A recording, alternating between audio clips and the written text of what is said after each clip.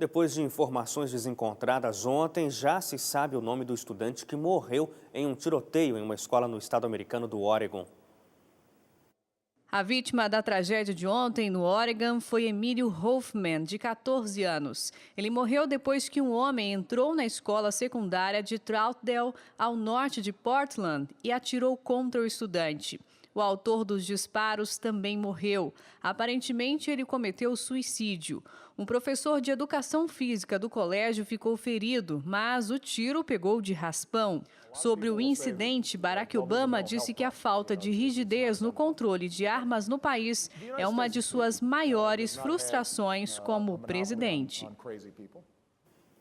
No Iraque, o grupo extremista Estado Islâmico do Iraque e do Levante tomou o controle hoje de outras regiões do país. Ontem, o grupo já tinha invadido Mossul, a segunda maior cidade do Iraque.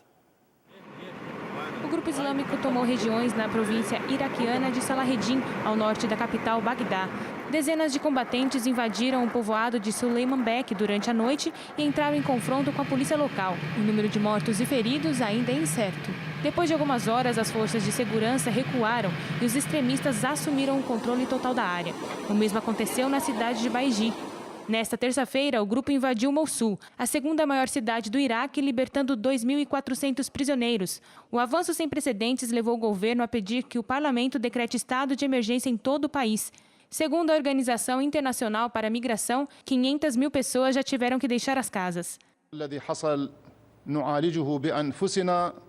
Em meio à crise, o premier iraquiano Nouri al-Maliki ofereceu armas aos cidadãos que queiram formar milícias para combater os militantes. Os recentes confrontos fizeram dos últimos meses o período mais violento no país desde 2007.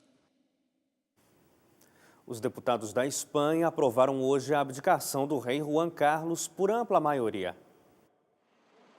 A decisão dos deputados abre caminho para a proclamação de Felipe VI em breve. A abdicação do rei Juan Carlos foi aprovada por 299 votos a favor, 19 contra e 23 abstenções. Partidos menores pediram que o país realize um referendo para decidir se continua com a monarquia ou volta para a república, mas a Câmara rejeitou a ideia por ampla maioria. Com o resultado, os partidos expressaram de forma clara o respaldo à coroa. O chefe de governo, Mariano Rajoy, disse que o papel dos deputados não é mudar os fatos, e sim destacar que na Espanha o que prevalece é uma monarquia parlamentar.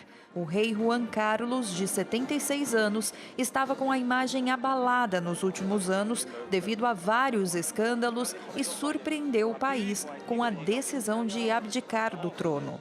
O filho dele, Felipe VI, deve ser proclamado novo rei em uma cerimônia no dia 19 de junho.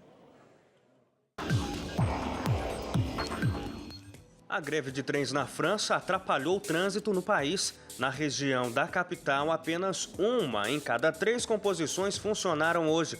A paralisação foi convocada por vários sindicatos que se opõem a uma reforma no setor ferroviário que vai ser discutida no parlamento na próxima semana.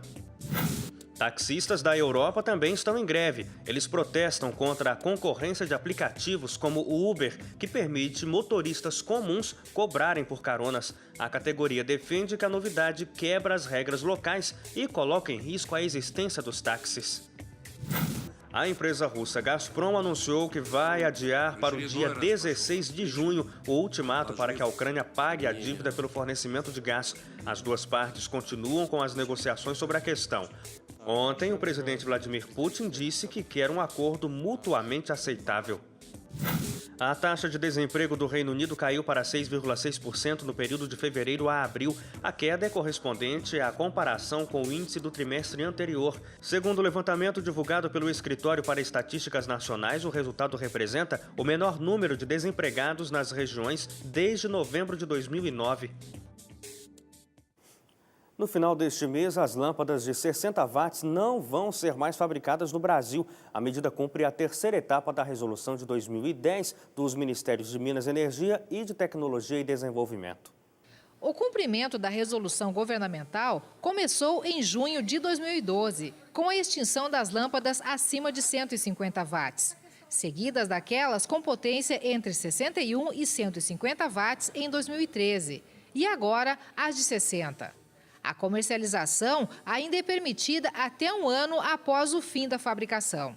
Entre julho de 2001 e setembro de 2002, em função da falta de chuvas e de investimentos no setor hidrelétrico, os brasileiros tiveram que conviver com a chamada crise do apagão. A partir daí, os consumidores tiveram que incorporar no vocabulário e vivências do dia a dia mais duas expressões: racionamento e economia de energia elétrica. E o incentivo à substituição de lâmpadas incandescentes por fluorescentes compactas entrou neste processo. Quando acontece um caos ou acontece uma situação que precisa de medidas de emergência, se permitiu a abertura da importação para qualquer coisa que trouxesse uma melhoria. Essas regras que estão sendo impostas, elas são semelhantes à do remédio. Elas vêm para normatizar qual é a eficiência energética. Não adiantava ser uma lâmpada bonita, mas que tivesse o mesmo consumo da incandescente. Agora estão estabelecendo regras, as próprias lâmpadas fluorescentes vão ser testadas e só vai para o mercado até 2017 as lâmpadas que atenderem às regras estabelecidas por resolução. As diferenças entre as duas lâmpadas são significativas. As incandescentes custam entre R$ 2 e R$ 4 cada uma, com vida útil em torno de 1.000 horas. As fluorescentes custam de R$ 6 a R$ 18, com duração entre 6.000 a 12.000 horas. Os especialistas calculam que a adoção das fluorescentes, mesmo representando um investimento inicial maior, significa um gasto 4 vezes menor e durabilidade 8 vezes maior que as lâmpadas comuns. Ao mesmo tempo que é mais cara a lâmpada, essas de fluxo fluorescente, ela te dá uma redução de preço em quase um quarto do valor, né? A conta mensal tem que cair, né? Se dependesse só dela. Agora são 7h21 no horário de Brasília e ainda hoje, você já pensou em alugar um amigo? O site quer ajudar turistas oferecendo brasileiros para acompanhar passeios durante a Copa.